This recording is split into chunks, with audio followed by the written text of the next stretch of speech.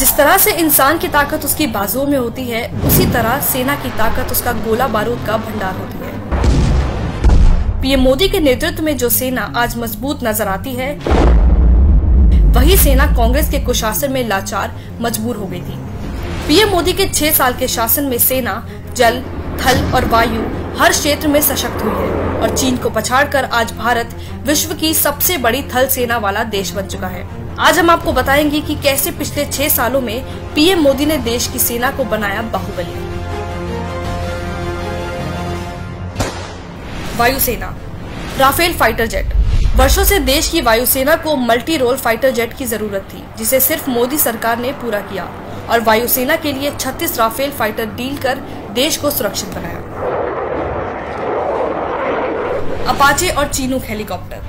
मोदी सरकार ने 2015 में बोइंग से 17,05,000 करोड़ रुपए के 22 अपाचे और 15 चिनूक हेलीकॉप्टर खरीदने का सौदा किया था। अपाचे दुनिया के सबसे अच्छे लड़ाकू हेलीकॉप्टर माने जाते हैं। कम ऊंचाई पर उड़ने की क्षमता की वजह से ये पहाड़ी क्षेत्रों में छिपकर वार करने में सक्षम है। C-17 ग्लोबल मास्टर विमान। अमेरिका की बोइंग कंपनी से मोदी सरकार ने एक और डील की। इसमें उन्होंने उनसे उनका C-17 ग्लोबल मास्टर विमान खरीदा। ये विमान किसी भी मौसम में लंबी दूरी तक बड़े लड़ाकू उपकरणों और सैनिकों को ले जाने में सक्षम है।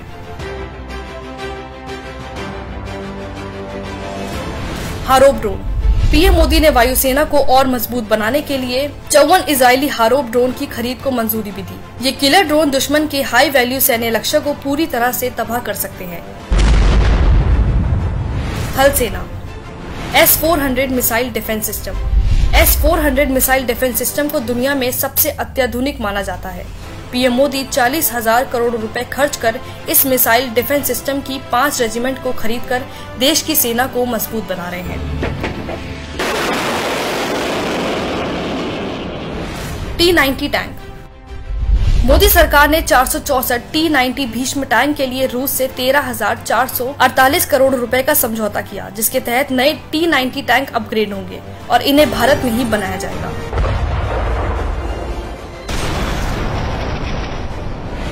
SIG-716 assault rifle. भारतीय सेना को 72,400 नई SIG-716 असॉल्ट राइफलों से लैस करने के लिए मोदी सरकार ने अमेरिका की कंपनी सिग सॉयर से 700 करोड़ रुपए का समझौता किया। Bullet proof jackets.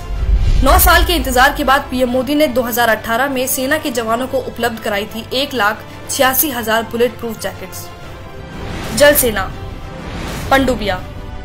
भारतीय नौसेना के प्रोजेक्ट 75 के तहत मझगांव डॉकयार्ड लिमिटेड और फ्रांस के मेसर्स के साथ मिलकर 6 पनडुब्बियों का निर्माण कर रहे हैं, जिसमें INS कलावरी 2017 और साइलेंट किलर INS खंडेरी पनडुब्बी 2019 में भारतीय नौसेना में शामिल हो चुकी है। Anti tank guided missile.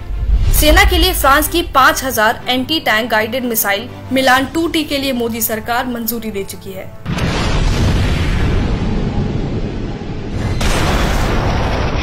सेना को सशक्त बनाने के लिए पिछले 6 सालों में मोदी सरकार ने सेना को ये हथियार देने के साथ उनको अपना काम करने की पूरी छूट भी दी, चाहे वो दुश्मन देश को उसी के भाषा में जवाब देना हो या फिर सेना को देश की रक्षा करने के लिए हथियार खरीदना हो। मोदी सरकार ने सेना के हाथ हमेशा मजबूत किए, जबकि कांग्रेस ने हमेशा उनके हाथ रोके। 1962 में जब चीन ने भारत पर हमला किया, उस वक्त ना तो जवानों के पास ऐसे हथियार थे जो चीन के सामने टिक पाते और ना ही भीषण ठंड से बचने के लिए गर्म कपड़े थे। उस समय सैनिकों को पतले कपड़ों में माइनस के तापमान में युद्ध लड़ना पड़ रहा था।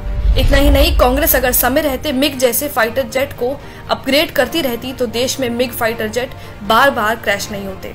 1971 से 2012 के बीच 422 मिग दुर्घटनाग्रस्त हुए, यानी हर साल 12 मिग दुर्घटनाग्रस्त हो गए, जिसकी वजह से दुर्घटना में 171 पायलटों को शहीद होना पड़ा। कांग्रेस इतनी निर्दयी हो चुकी थी कि बुलेट प्रूफ जैकेट के लिए सेना को 10 साल इंतजार करना पड़ा। जब बात राफेल फाइटर जेट खरीदने की आई तो कांग्रेस ने हाथ खड़े कर दिए। Because of the shortage of money, this financial year don't expect any finalization of the agreement. Congress सरकार ने देश की सेना को अपंग बनाने का कोई मौका नहीं छोड़ा, जिसको बताने के लिए पूर्व सेना अध्यक्ष जनरल VK सिंह ने मनमोहन सिंह को चिट्ठी भी लिखी थी। चौंकाने वाली बात का पर्दाफाश करती हुई इस चिट्ठी में लिखा था कि आर्मी के पूरे टैंक दस्ते के पास जरूरी गोला बारूद की भारी कमी है। इसके साथ हवाई सुरक्षा के लिए इस्तेमाल में लिए जाने वाले 97% हथियार और उपकरण पुराने पड़ चुके हैं। थल सेना के जवानों के पास हथियारों की कमी हो गई है। उनके पास रात में दुश्मन से लड़ने की क्षमता की भारी कमी और इसके साथ लंबी दूरी तक वार करने वाले तोपखाने में पिनाका व स्मर्च रॉकेट सिस्टम की भारी किल्लत है। मगर कांग्रेस ने उनकी बात को अनसुना कर दिया। कांग्रेस के पास देश की सेना के लिए पैसे नहीं है, लेकिन भ्रष्टाचार करने के लिए पैसे की खदान का पता सिर्फ कांग्रेस को ही पता है। देश की सेना भी कांग्रेस के कुशासन में इतनी दुखी आ गई थी कि 2008 में वायुसेना के retired vice air chief marshal Pranab Kumar Barbona ने बिना कांग्रेस की इजाजत के ही दौलत बेग ओल्डी हवाई पट्टी को चालू कर दिया था, जो सामरिक दृष्टि से चीन को मुंह तोड़ जवाब देने के लिए काफी अहम है। कांग्रेस देश की ऐसी पार्टी है जिस पर जिसने भरोसा किया वह खून के आंसू से कम नहीं रोया। देश की सेना और जनता को हर समय निराश करने के साथ धोखा भी कांग्रेस देती आई है। राहुल जी ऐसे 10 उंगली गिनाते थे 10 दिन में कर्ज माफ कर दूंगा, लेकिन अभी इन्हें कर्ज माफ नहीं किया है। संकट में जनता और सेना का हाथ पकड़ने की जगह कांग्रेस उसी हाथ को काट देती है और दुश्मन देश के साथ हाथ मिला लेती है। कांग्रेस सरकारों के समय में चीन बॉर्डर पर निर्माण का कार्य करता रहा और कांग्रेस किसी शराबी की तरह नशे में धुत होकर बेसुध पड़ी रही। लेकिन मोदी सरकार ने कांग्रेस की गलतियों को सुधारते हुए सीमा पर सड़क निर्माण का कार्य तेजी से किया।